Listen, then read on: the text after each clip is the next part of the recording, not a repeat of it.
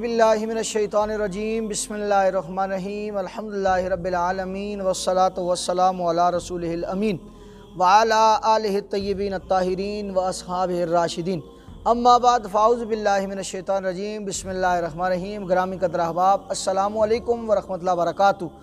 ماہ رمضان کا دوسرا روزہ آپ احباب کو مبارک ہو۔ گرامی قدر احباب، آج کے درس رمضان میں انشاءاللہ تعالی ہم روزہ کے فضائل پہ گفتگو کریں گے۔ گرامی قدر احباب، یاد رکھیں، علماء روزے کی تعریف یہ کرتے ہیں کہ اللہ تعالیٰ کی عبادت کے طور پر فجر کے طلوع ہونے سے لے کر سورج ڈوبنے تک روزہ توڑنے والی تمام چیزوں سے بچنا روزہ کہلاتا ہے۔ گرامی قدر احباب، یاد رکھیں، روزہ اسلام کے ارکان اور اس کے فرائض میں سے وہ فرض ہے جس کی بہت بڑی فضیلت ہے، اور اس کا اجر و ثواب جو ہے باقی تمام عبادات سے کئی گنا زیادہ ہے۔ جیسا کہ اس کے فضائل میں حضرت ابو ہریرہ، یہ متفقن علیہ حدیث ہے، بخاری اور مسلم دونوں کی ہے، اور یہ الفاظ جو آپ کی خدمت میں پیش کر رہا ہوں یہ مسلم شریف کے ہیں۔ حضور علیہ السلام کا فرمان حضرت ابو ہریرہ رضی اللہ تعالیٰ روایت کرتے ہیں، آپ فرماتے ہیں کہ کل عمل ابن آدم یضاعف الحسنۃ عشر امثالھا الی 700 ضعف قال اللہ عز وجل الا الصوم فإن لی وأنا اجزی بہ ید شہوتی وطعامی من اجلی والخلوف فی اطیب عند اللہ من ریح المسک۔ گرامی قدر احباب، اس حدیث کا ترجمہ یہ ہے کہ حضور صلی اللہ علیہ وسلم فرماتے ہیں کہ آدم کے بیٹے کا ہر عمل اس ماہ مقدس میں اس کا ثواب کئی گنا زیادہ بڑھا دیا جاتا ہے۔ ایک نیکی کا اجر 10 گنا بلکہ 700 گنا تک اللہ تعالیٰ بڑھا دیتے ہیں، اور اللہ عز و جل نے ارشاد فرمایا ہے کہ سوائے روزہ کے، کیونکہ وہ میرے لیے ہے اور میں ہی اس کا بدلہ دیتا ہوں۔ بندہ اپنی شہوت نفس اور کھانا پینا میرے لیے چھوڑ دیتا ہے، اور اس کے منہ کی بو، یعنی جو روزہ دار ہے اس کے منہ کی بو جو ہے وہ معدہ خالی ہونے کی وجہ سے جو منہ سے بو آتی ہے، اللہ کو مشک کی خوشبو سے بہت زیادہ پسند ہے۔ گرامی قدر احباب، اب دیکھیے ان الفاظ میں الا الصوم، اس کے بارے میں علماء کہتے ہیں کہ اللہ کا یہ کہنا کہ روزہ میرے لیے ہے، اس روزے کو تمام عبادات پر اللہ نے فضیلت بیان کی، عطا کی ہے۔ گرامی قدر احباب، اب دیکھیے کہ خالق کے کائنات کا ارشاد کہ وانا اجزی بھی، یعنی میں ہی اس پر اجر دوں گا، یعنی کسی مقدار کا تعین جو ہے وہ اس جو ہے الفاظ کا جو ہے احاطہ نہیں کر سکتا، بھئی کتنا اجر لکھنا ہے، یعنی فرشتوں کے بس کی بات نہیں ہے کہ وہ اس کا اجر لکھ سکے۔ اور گرامی قدر احباب، حضرت ابو ہریرہ کی ہی روایت ہے، اور اس جو روایت ہے اس روایت کو امام احمد نے روایت کیا ہے۔ آپ فرماتے ہیں کہ آقا صلی اللہ علیہ وسلم نے فرمایا الصیام جنۃ، کہ روزہ ایک ڈال ہے، وحصن حصین من النار، کہ آگ سے بچانے والا ایک مضبوط قلعہ ہے۔ اس کا مطلب یہ ہے کہ جس نے دنیا میں روزہ رکھ کر خود کو شہوتوں سے دور رکھا، اس کے لیے آخرت میں آگ سے حفاظت کا سبب یہ روزہ ہوگا۔ تو اس لیے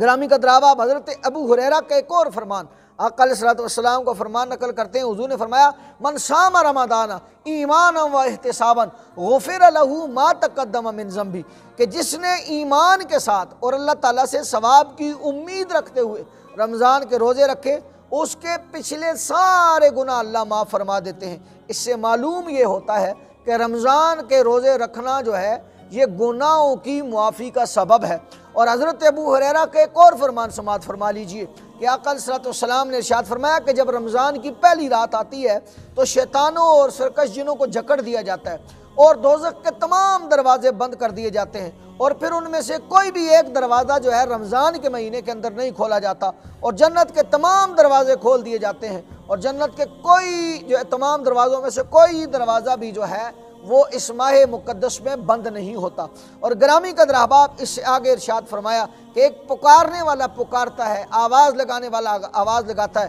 اے خیر کے طلبگار آگے بڑھ، اور اے شر کے طلبگار شر کا ارادہ رکھنے والے ٹھہر جا۔ اللہ کی طرف سے بندے آگ سے آزاد کیے جاتے ہیں، اور یہ معاملہ رمضان کی ہر رات میں ہوتا ہے۔ اور حضرت سہل بن سعد رضی اللہ تعالیٰ کی روایت ہے کہ آقا علیہ السلام نے ارشاد فرمایا کہ جنت کا ایک خاص دروازہ ہے کہ ان فی الجنت بابا یقال لہ الریان، کہ جنت کا ایک خاص دروازہ ہے جس کو باب ریان کہتے ہیں، یدخل منہ الصائمون یوم القیامہ، قیامت کے دن اس سے روزے دار گزارے جائیں گے، لا یدخل منہ احد غیرہم، اور کوئی بھی جو ہے وہ بندہ، نہ حاجی نہ نمازی نہ جو ہے پرہیزگار نہ متقی، کوئی داخل نہیں ہوگا۔ وہ دروازہ باب ریان جو ہے وہ صرف جنت میں جو ہے روزے داروں کے لیے ہے۔ اور فرمایا فیقومون،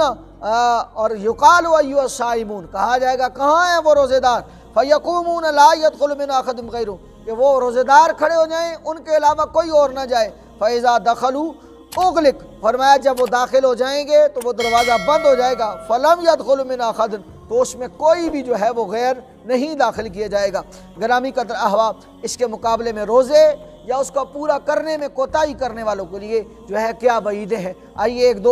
ایک مثال اور کی بھی سماعت فرما کے اپنی گفتگو کا تتمہ کرتے ہیں۔ یہ تو تاج تھے، یہ تو جو ہے وہ خالق کائنات کی جانب سے عطائیں تھی روزہ دار کے لیے۔ اب دیکھیے حضرت ابو امامہ باہلی رضی اللہ تعالیٰ روایت کرتے ہیں کہ انہوں نے فرمایا کہ میں نے رسول اللہ صلی اللہ علیہ وسلم کو فرماتے ہوئے سنا کہ میں سویا ہوا تھا، اچانک دو آدمی میرے پاس، اور یہ جو میں آپ کے سامنے روایت پیش کر رہا ہوں یہ ابن خزیمہ کی اور ابن حبان کی ہے، اور اس کو مستدرک للحاکم وغیرہ میں بھی نقل کیا گیا ہے۔ گرامی قدر احباب، حضور فرماتے ہیں کہ انا نائمون، میں سویا ہوا تھا کہ اذا اتانی رجلان، میرے پاس دو جو ہے وہ آدمی آئے، انہوں نے میرے بازو تھام لیے اور مجھے ایک ناموار پہاڑ کے پاس لے آئے اور مجھ سے کہا آقا اس پر چڑھیے، تو میں نے کہا کہ میں اس کی طاقت نہیں رکھتا۔ ان دونوں نے کہا ہم اس کو آپ کے لیے آسان کر دیں گے، چنانچہ میں اوپر چڑھا، یہاں تک کہ میں پہاڑ کے اوپر پہنچ گیا، اور پھر فرماتے ہیں کہ میں نے اچانک انتہائی بلند آوازیں سنی، اور یہ آوازیں کیسی ہیں، میں نے ان سے پوچھا تو حضور علیہ السلام فرماتے ہیں کہ مجھے انہوں نے، یعنی جو فرشتے تھے، انہوں نے مجھے کہا کہ آقا یہ جہنمیوں کی آوازیں ہیں، اور پھر جو ہے یہ ان کی چیخیں ہیں۔ مجھے لے جایا گیا تو مجھے کچھ لوگ ایسے نظر آئے کہ جو ایڑیوں سے لٹکے ہوئے تھے اور ان کے جبڑے چیر دیے گئے تھے، جبڑا یہ ہے یہ منہ کا، ان کو چیر دیا گیا تھا اور ان کے جبڑوں سے خون بہہ رہا تھا۔ تو میں نے جو ہے وہ ان سے پوچھا، وہ جو دو ساتھ تھے، میں نے ان سے پوچھا یہ کون ہے، تو آقا علیہ السلام کو جواب دیا گیا کہ یا رسول اللہ یہ آپ کی امت کے وہ لوگ ہیں کہ جو روزہ مکمل نہیں کرتے تھے بلکہ وقت سے پہلے ہی جو ہے وہ کھا پی لیتے تھے، لوگوں کے سامنے سحریاں بھی کرتے تھے، لوگوں کے سامنے افطاریاں بھی کرتے تھے، لیکن آقا نہ وہ روزہ رکھتے تھے اور جو ہے نہ وہ اس مہینے میں قیام کرتے تھے۔ تو گرامی قدر احباب، اللہ تعالیٰ سے ہم دعا کرتے ہیں کہ اللہ اس مہینے کے حقوق ادا کرنے میں ہماری مدد فرمائے اور ہماری اس سعی جمیلہ کو اللہ ہمارے ان رمضان کے روزوں کو قبول فرمائے۔ بے شک وہ کارساز و قادر مطلق ہے اور ہم اس سے پورے اور کامل ثواب کی امید رکھتے ہیں۔ اللہ میرے اور آپ کے دامنوں کو مراد خیر سے بھرپور فرمائے، اور اللہ یہ پورا ماہ رمضان مجھے اور آپ کو زیادہ سے زیادہ عبادت کی توفیقات کے ساتھ گزارنے کی توفیق عطا فرمائے۔ السلام علیکم ورحمۃ اللہ وبرکاتہ۔